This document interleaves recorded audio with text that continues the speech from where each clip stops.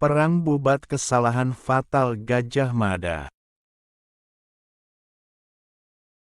Perang ini terjadi pada tahun 1357 Masehi antara Kemaharajaan Majapahit yang dipimpin oleh Raja Hayam Wuruk dan Mahapatih Gajah Mada dengan Kerajaan Sunda Galuh yang dipimpin oleh Raja Linggabuana.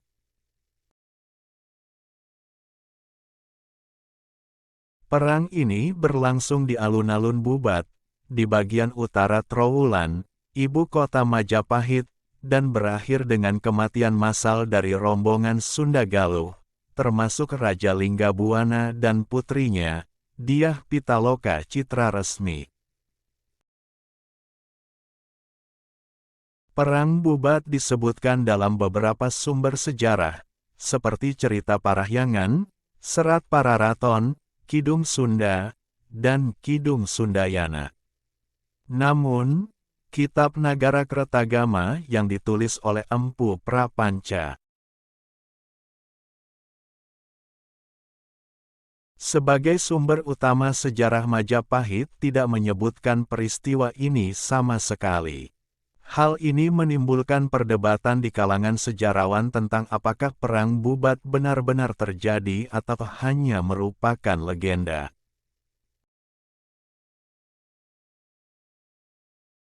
Rencana perkawinan politik antara Raja Hayam Wuruk dari Majapahit dengan Dyah Pitaloka Citraresmi, putri Raja Linggabuana dari Sunda Galuh.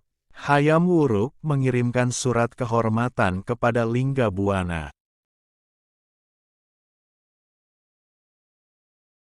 Untuk melamar putrinya dan menyatakan pernikahan akan dilangsungkan di Majapahit. Rencana perkawinan ini sebenarnya bertujuan untuk menjalin persekutuan antara kedua kerajaan yang sama-sama berada di Pulau Jawa.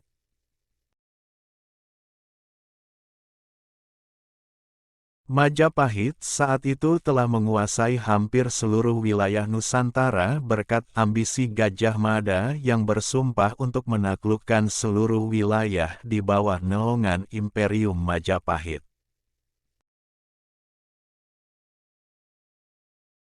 Namun, Sunda Galuh masih menjadi wilayah yang belum bisa dikuasai oleh Majapahit. Linggabuana sebenarnya keberatan dengan lokasi pernikahan di Majapahit, karena ia merasa akan kehilangan martabat dan kedaulatan raja.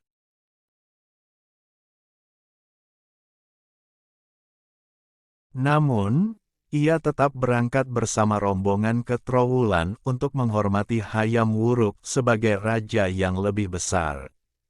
Rombongan Sunda Galuh ditempatkan di Pesanggerahan Bubat, tidak jauh dari pusat pemerintahan Majapahit.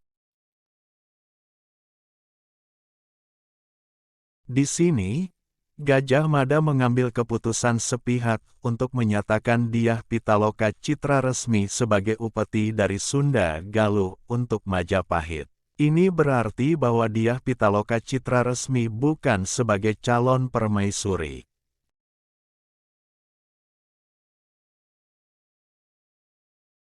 Teman-teman tolong subscribe dan nyalakan lonceng channel Momo Ayo Belajar ini supaya dapat informasi menarik lainnya. Terima kasih.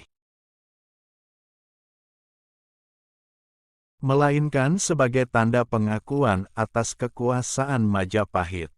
Pihak Sunda Galuh yang tidak bisa menerima penghinaan ini, akhirnya memutuskan untuk melawan pasukan Majapahit meski jumlahnya lebih sedikit. Mereka bersiap-siap untuk bertempur hingga mati demi menjaga harga diri dan kehormatan mereka. Pertempuran pun berlangsung sengit dan berdarah-darah. Hingga hampir semua anggota rombongan Sunda Galuh gugur, termasuk Raja Linggabuana dan Dyah Pitaloka Citraresmi bahkan dikisahkan bunuh diri dengan menikam dadanya sendiri setelah mengetahui ayahnya telah tewas. Perang Bubat menjadi bencana bagi kedua kerajaan, baik dari segi politik, ekonomi, maupun budaya. Perang ini merusak hubungan baik antara Majapahit dan Sunda Galuh yang sebelumnya saling menghormati dan bekerja sama. Perang ini juga memicu perlawanan dari kerajaan-kerajaan lain di Nusantara terhadap dominasi Majapahit. Perang ini juga menjadi inspirasi bagi karya-karya sastra dan seni yang menggambarkan tragedi dan heroisme dari peristiwa tersebut.